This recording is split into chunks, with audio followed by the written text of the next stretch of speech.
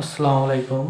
Hello dear student, আজ আমি তোমাদেরকে এইচএসসি আইসিটি এবং অনার্স সেকেন্ড ইয়ারের কম্পালসারি সাবজেক্ট কম্পিউটার তথ্য প্রযুক্তির একটি টপিক এনকোডার, এটা নিয়ে আলোচনা করব। তো আমরা লিখি এনকোডার।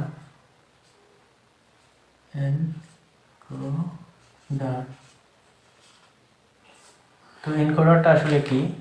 এনকোডারটা হচ্ছে যে আমাদের একটা পিসিতে একটা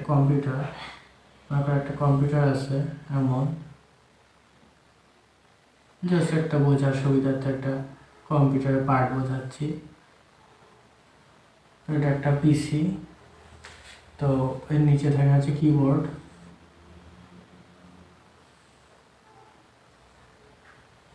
তো কিবোর্ডের ডিজিট মনে করো যে 1 2 3 4 5 এরকম সংখ্যা আছে, এরকম অঙ্ক আছে। তো এখানে কিবোর্ডের একটা তার সিপিইউর সাথে কানেক্ট থাকে। সিপিইউ সেন্ট্রাল প্রসেসিং ইউনিট, সিপিইউর সাথে কানেক্ট থাকে। আর কম্পিউটারের একটা তার সিপিইউর সাথে কানেক্ট থাকে। তো আমাদের এনকোডারের কাজটা হলো, আমরা যখন কিবোর্ডে 5 বা 4 ডিজিটটা প্রেস করি তখন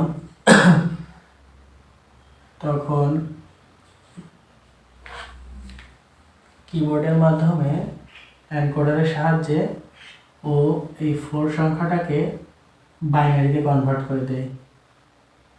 তো 4 এর বাইনারি যদি আমরা সহজে জানতে চাই তো এই কোডটা ইউজ করবো 1 2 4। তো 4 এর বাইনারি হচ্ছে 4 1 করলাম, বাকি দুইটা 0। তো 4 এর বাইনারি হচ্ছে 1 0 0। তো এখানে আমরা মনে করি যে সিপিইউর ভিতরে যে প্রসেসটা হচ্ছে বা কাজটা হচ্ছে সেটা মনে করলাম যেখানে এনকোডারের মধ্যে 4কে বাইনারিতে কনভার্ট করে ও দিল 1 0 0।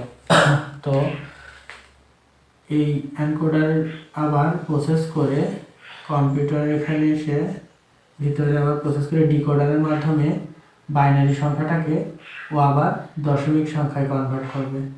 তো দশমিক যে কোনো একটা সংখ্যা, দেখা হচ্ছে যে 5। তো মেন কথা হচ্ছে এনকোডারের মেন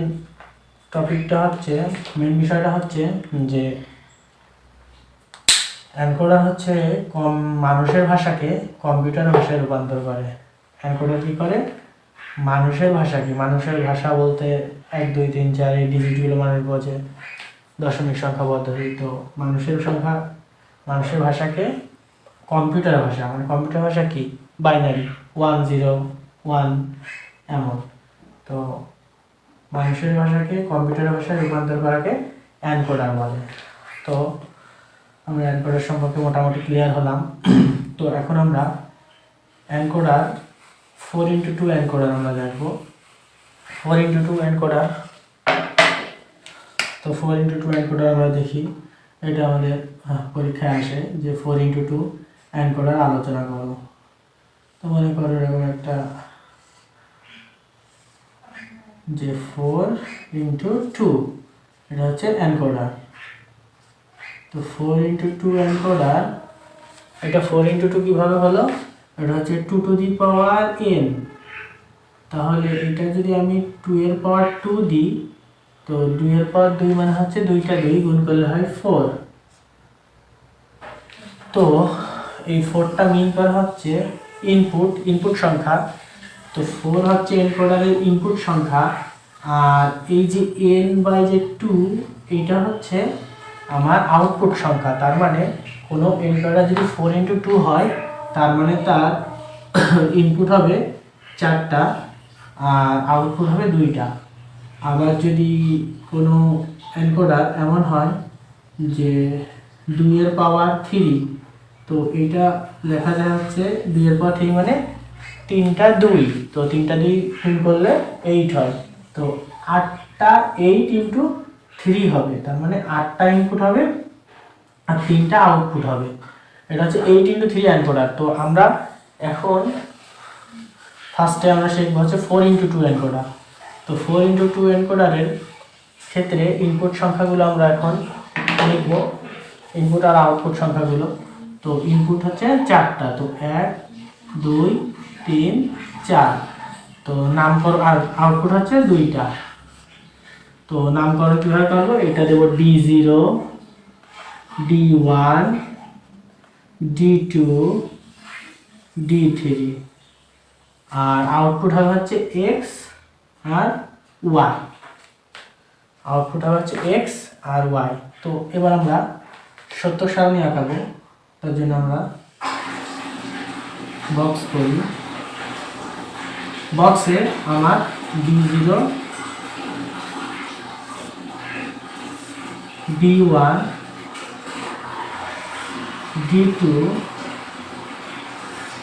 D3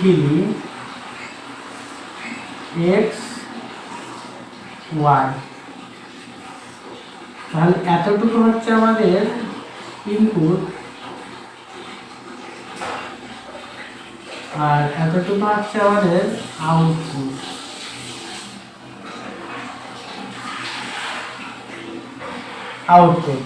তো আমাদের একটা জিনিস খেয়াল করতে হবে এনকোডারের ক্ষেত্রে, যে আমরা এখানে 4টে ইনপুট আছে, অ্যাট এ টাইম আমরা একবার একটা সুইচ প্রেস করলে বাকিগুলো অফ থাকবে। তো ফার্স্টে আমি D0 যদি 1 করি, একবার সুইচটা প্রেস করি, তো আমি D0 ফার্স্টে যখন প্রেস করবো তখন বাকিগুলা আমার অফ থাকবে। তো আমি D0 1 করলাম, বাকিগুলো তাহলে আমার 0 হবে।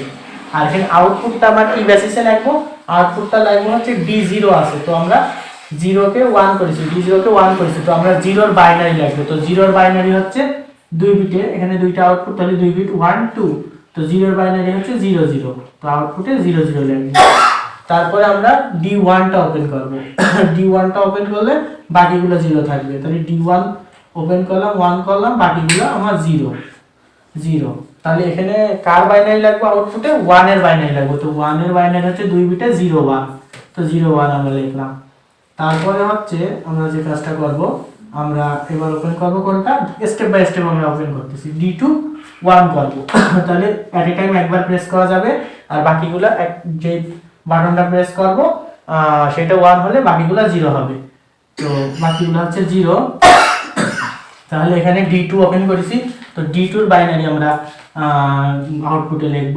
তো D2 এর বাইনারি মানে 2 এর বাইনারি লিখব, তো 2 এর বাইনারি হচ্ছে 1 0, তো আউটপুটে লিখলাম 1 0। আর লাস্ট আমরা D3টা ওপেন করব। তো D3 যখন ওপেন করব তখন আমার বাকিগুলো 0 হবে, 0 0 0। আর D3 তার মানে 3 এর বাইনারি লিখব। তো 3 এর বাইনারি আমরা এই শর্টকাট কোড ইউজ করলে 2 1 করলাম, 1 1 করলাম, তো 2 আর 1 3, তার মানে 1 1। এটা হচ্ছে আমার সত্যক সারণী এনকোডারের। তো আর এবার আমরা যে কাজটা করব, আমরা আউটপুটকে ইনপুটের ফাংশন হিসেবে লিখব। তো আউটপুটকে ইনপুটের ফাংশন হিসেবে কিভাবে লিখব, আমরা আউটপুট 2টা পাইছি। তো ফার্স্টে x এর কলামের দিকে আমরা খেয়াল করি যে এইখানে আউটপুটে আমাদের x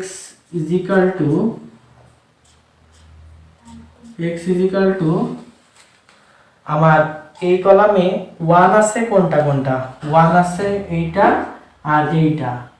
তো এই 1 এর জন্য আমার ইনপুটে কি ছিল, এইটা 1 ছিল, এইটা 1 ছিল।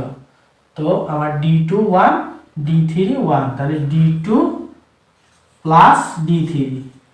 তার মানে আউটপুটকে ইনপুটের মাধ্যমে লিখতেছি। তো আমাদের আউটপুটকে ইনপুটের ফাংশন হিসেবে লেখার জন্য আমাদের ফার্স্ট অফ অল আউটপুটের x এর কলামের দিকে তাকাতে হবে। x এর কলামে যেই কলামে 1 আছে সেই বরাবর আমাদের দেখতে হবে যে কোন এই D0 D1 D2 D3 এর ভিতর থেকে কোনটায় 1 আছে।